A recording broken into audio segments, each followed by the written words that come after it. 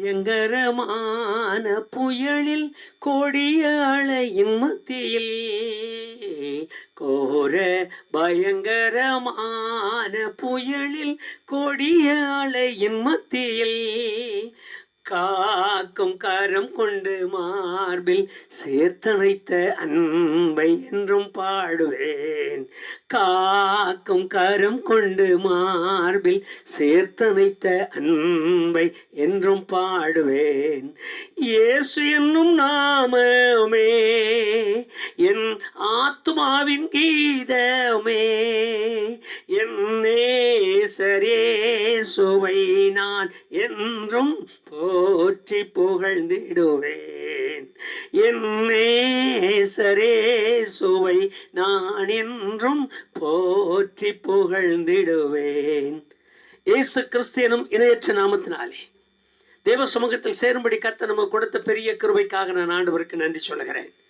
இன்றைக்கும் வேத வசனம் மார்க்கு சுவிசேஷம் 6வது அதிகாரம் 48வது வசனத்தில், அந்த 6வது அதிகாரத்தில் நடந்த இந்த சம்பவத்தை நினைவு கூர்ந்து நாம் தேவனுடைய சமூகத்தை நோக்கி பார்க்க போகிறோம். விசேஷமாக கர்த்தருடைய ஜனங்கள் என்று சொல்லும் பொழுது எப்பொழுதும் எல்லாமே சரியாகவே இருக்க வேண்டும் என்று விரும்புகிற ஒரு பழக்கத்திற்கு வந்திருக்கிறோம். ஆபத்து இருக்கக்கூடாது, சங்கடம் இருக்கக்கூடாது, உபத்திரவங்கள் இருக்கக்கூடாது, நெருக்கம் இருக்கக்கூடாது. இது இல்லாமல் என்ன மனதில் எண்ணுகிறோமோ, என்ன செபிக்கிறோமோ அது அப்படியே நடக்க வேண்டும். எந்த காலத்திலும் தீங்கானவைகள், எந்த காலத்திலும் தடுமாறக்கூடிய காரியங்கள், இன்னும் சுருக்கமாக சொன்னால் எந்த சமயத்திலும் மனது உலட்டுகிற சம்பவங்கள் நடக்கக்கூடாது. இது எல்லா விசுவாசிகளுடைய வாழ்க்கையிலும் இருக்க வேண்டும் என்கிற ஒரு பழக்கம் இன்றைக்கு மக்களுடைய நடுவில் அதிகமாய் பரவி இருப்பதால் அவர்கள் சிலுவை சுமந்து செல்கிற ஒரு வாழ்க்கையை வெறுக்கிறதாகவே நாம் எண்ணிக்கொள்ளலாம். அதற்கு காரணம் என்னவென்றால், ஆதி காலத்தில் நமக்கு சொல்லிக் கொடுத்தவர்கள் அல்லது நாம் கற்றுக்கொண்ட பாடங்கள் எல்லாம் கிறிஸ்துவை போல என்கிற ஒரு அனுபவத்திற்கு நாம் தள்ளப்பட்டிருந்தோம். இன்றைக்கு அப்படி அல்ல.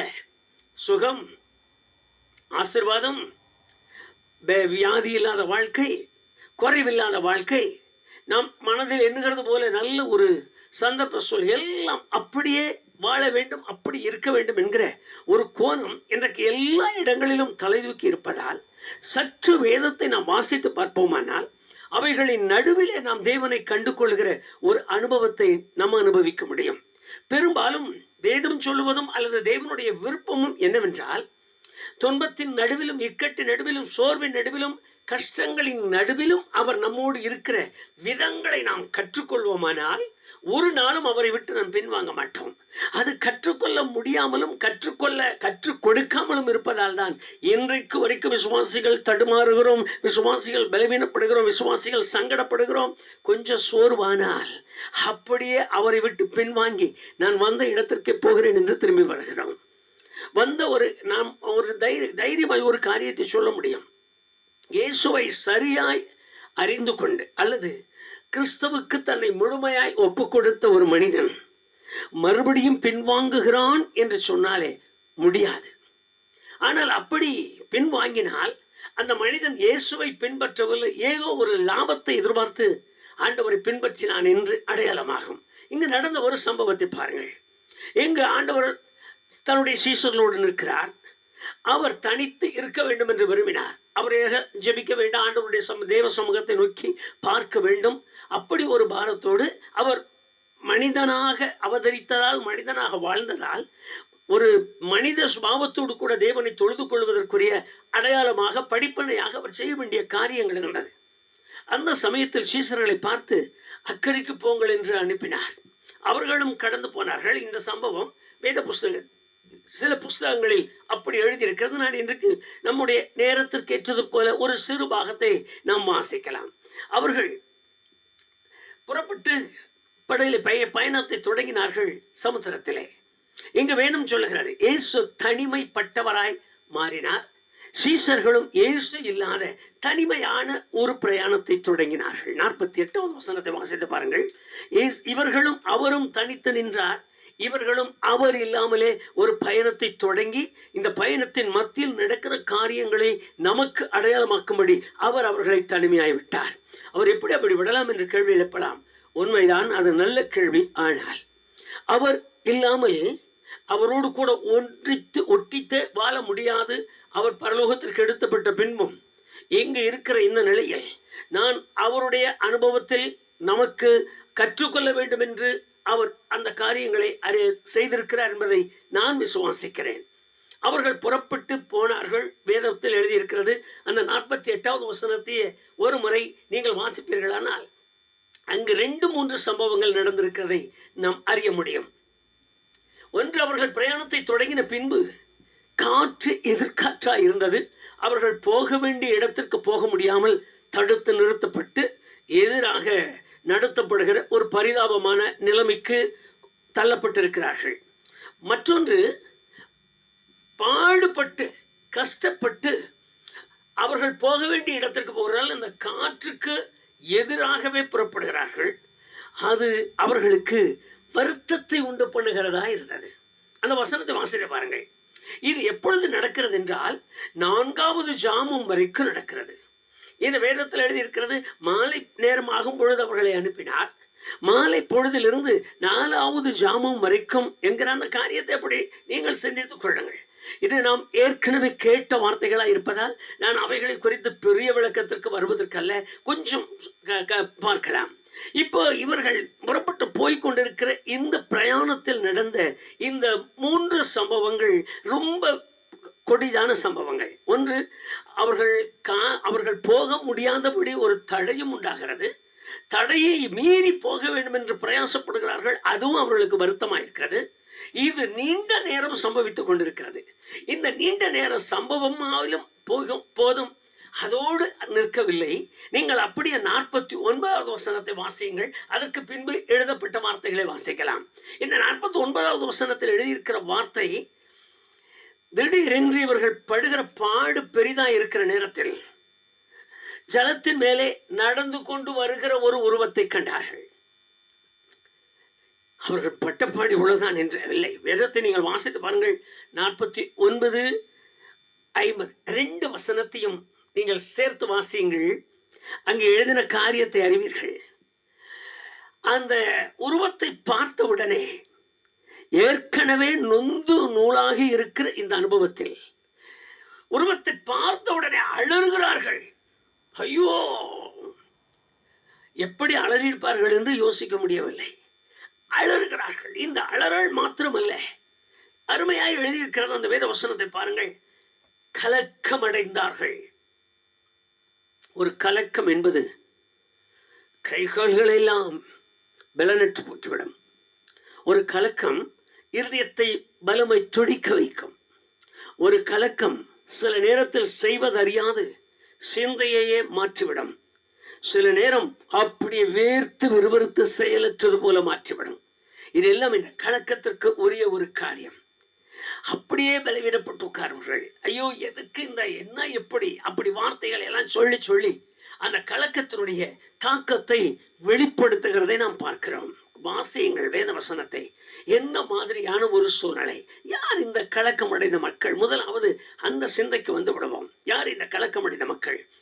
இயேசுவாலே தெரிந்து கொள்ளப்பட்டவர்கள், இயேசுவோடு கூட இருந்தவர்கள், அவர் சொல்லுகிறதையே கேட்டு அதன்படியே நடக்க தீர்மானித்தவர்கள்.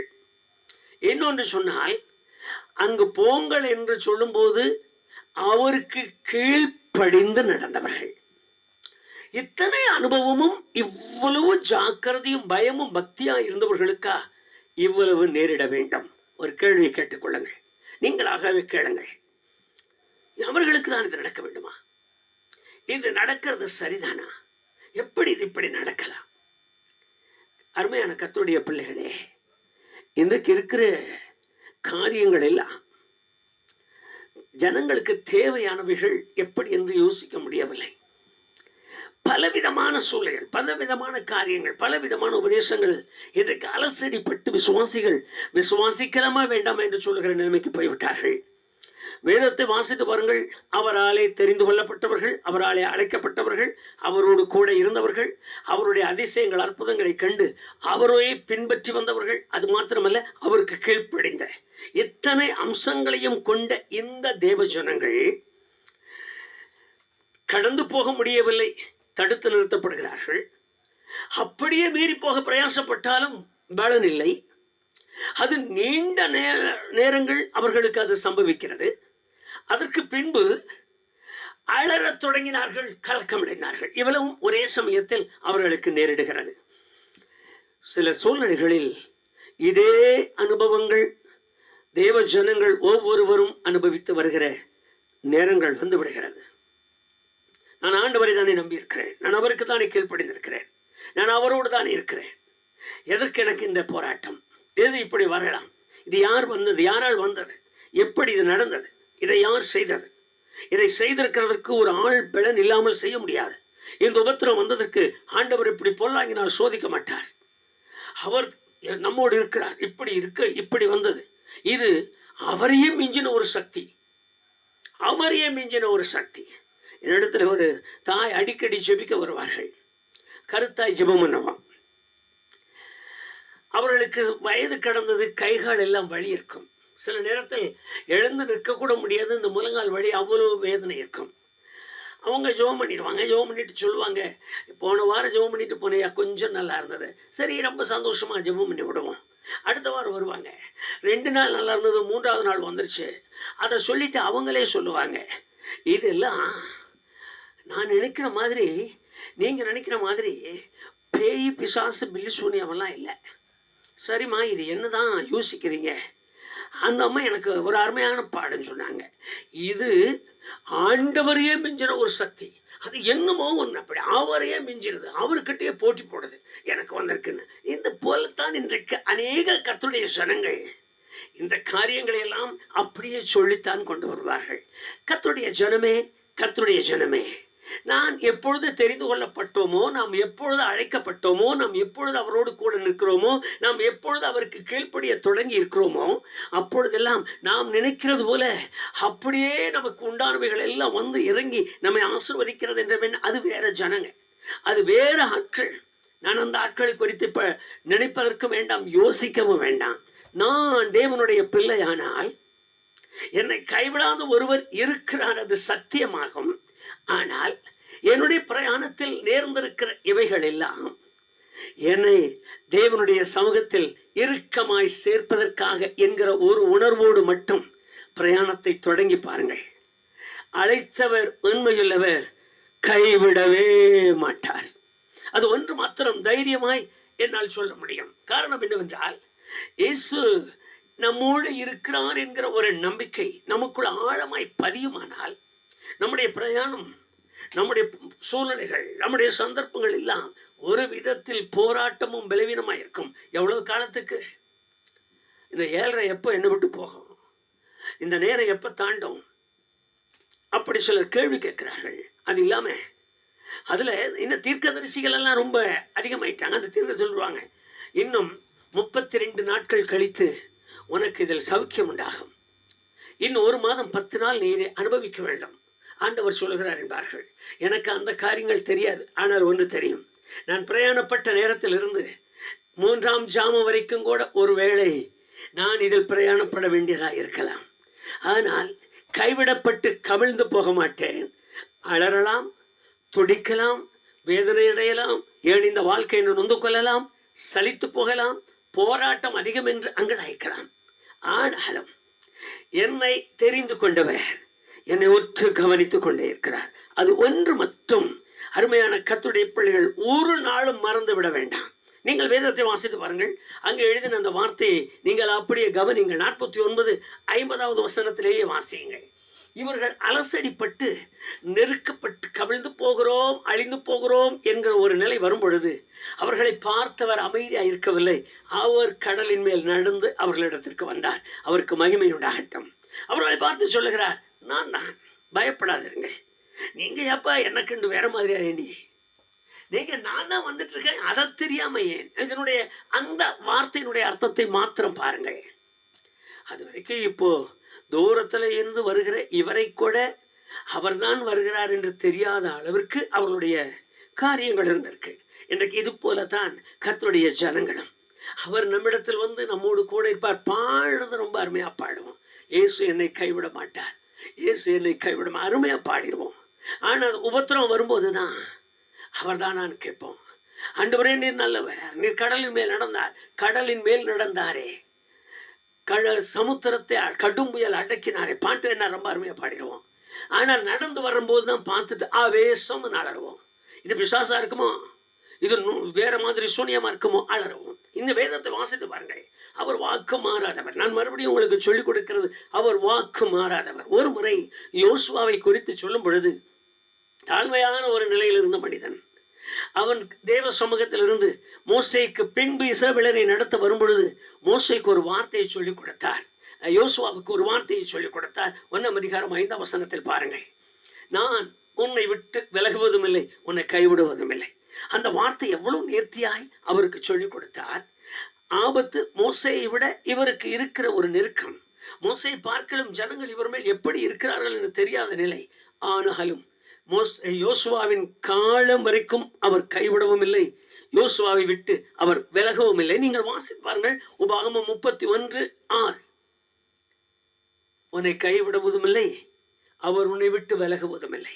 இந்த வாக்குத்தத்தங்கள் எல்லாமே நம்மை குறித்து நமக்காக தேவன் எழுதி வைத்ததை அவர் தன்னைத்தானே மறுதளிக்க மாட்டார். நான் எப்போ உனக்கு அதை சொன்னேன்? நான் எல்லாரும் பண்ணி சொன்னேன், நீ இப்படி வந்திருக்க, நான் அதெல்லாம் உனக்கு சொல்ல கிடையாது. அப்படி அவர் சொல்ல மாட்டாரா? நீங்கள் வாசித்து வருங்கள். இவரேர் 13:5 கைவிடவும் மாட்டப்பா, உன்னை விட்டு விலகவும் மாட்டேன், நான் உன்னோட கூடவே இருந்து உனக்கு வேண்டிய காரியங்களை அப்படியே செய்து முடிப்பேன். வாக்கு மாறாதவர். இன்றைக்கு கூட சீஷர்களைப் போல தெரிந்து கொண்டதை அறிந்து, அழைக்கப்பட்டதை அறிந்து, அவரோடு இருக்கிறதை அறிந்து, ஞானஸ்நானம் பெற்றதை அறிந்து, பரிசுத்தாவின் அபிஷேகம் பெற்றதை அறிந்து, தேவ பிரசன்னத்தை உணர்ந்து, நான் எப்பொழுது ஆண்டவருடைய பிள்ளையாய் நிற்கிறேன் என்கிற அந்த மகிமையுள்ள கிருபைகளை எல்லாம் உணர்ந்து, இன்றைக்கும் இந்த 3ஆம் 4ஆம் ஜாமம் வரைக்கும் வருகிற உபத்திரவத்தை கண்டு, இதுவரைக்கும் இந்த உபத்திரவம் மாறவில்லை, இதுவரைக்கும் இந்த போராட்டம் நீங்கவில்லை, இதுவரைக்கும் என் சத்தத்தை அவர் கேட்கவில்லை, இதுவரைக்கும் எனக்கு பதில் வரவில்லையே என்று அங்கலாய்த்து கொண்டிருக்கிற அருமையான கர்த்தருடைய பிள்ளையே, சோர்ந்து போக வேண்டாம். உங்கள் உபத்திரவ நேரத்தில், உங்கள் நெருக்கத்தின் நேரத்தில் உங்களை தேடி ஒருவர் இருக்கிற இடத்திற்கு வந்து கொண்டிருக்கிறார். ஒரு வேளை அது இன்றைக்காய் கூட இருக்கலாம். விழித்திடுங்கள். உங்கள் போராட்டத்தின் நடுவில் ஆண்டவரே அன்றைக்கு அவ்வளவு இக்கட்டில் நடந்து வந்து அவர்களோடு கூட நின்று அவர்களை ஆறுதல் படுத்தி பயப்படாதீர்கள் என்று தேற்றினீரே, அந்த வார்த்தையினால் என்னையும் தேற்றும். நானும் அந்த வார்த்தையினால் உமது முகத்தை பார்க்கட்டும், நானும் உம்மோடு கூட கொஞ்ச நேரம் ஒன்றித்திருக்கட்டும், உம்முடைய ஆறுதலினால் நான் தேற்றப்படட்டும் என்கிற அந்த அதங்கத்தோடு கூட அவர் சமூகத்தில் நம்மை அர்ப்பணித்து ஜெபிக்கலாமா? நல்ல பிதாவே, உமது முகத்தை நாங்கள் பார்க்கும்படி ஒரு நல்ல கிருபை எங்களுக்கு கட்டளையிட்டீர். நாங்கள் வேதத்தை திறந்து பார்த்தோம். உண்மையா எத்தனை விதமான சங்கடங்கள், எத்தனை விதமான போராட்டங்கள் மனிதன் அனுபவித்து வரத்தக்கதாக, அதுவும் நாங்கள் வாசித்தது, நீர் அழைக்கப்பட்ட, உம்மாலே அழைக்கப்பட்ட, உம்மாலே தெரிந்து கொள்ளப்பட்ட, உம்மோடு கூட நின்ற, உம்மாலே அனுப்பப்பட்ட மக்கள் பட்ட பாடுகளை தான் இப்பொழுது நாங்கள் சிந்தித்தோம். அவர்கள் எத்தனை பாடுகள் பட்டாலும் அவர்கள் நெருக்கத்தை உற்று கவனித்து அவர்களை கைவிடாமல் அவர்கள் இருக்கிற இடத்திற்கு சென்று அவர்களை ஆறுதல் படுத்தி கடும் புயலை அதட்டி அமர்த்தி அவர்களுக்கு நீர் கிருபையை காண்பித்தது போல, ஆண்டவரே என்னை கேட்டுக்கொண்டிருக்கிற அருமையான உம்முடைய ஜனங்களுக்காக நான் ஜெபிக்கிறேன்.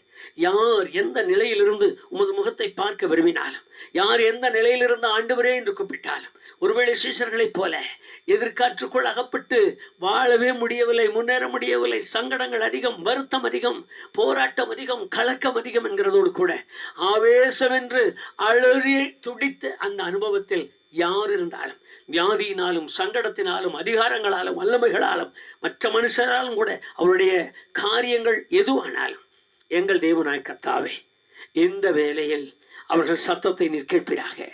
அவர்கள் சத்தத்திற்கு பதில் கொடுக்கும்படியாக தயவாய் இரக்கம் காண்பித்து அவரவர் இருக்கிற இடத்திலே சென்று உம்முடைய கரங்களால் அவர்களை பிடிப்பீராக.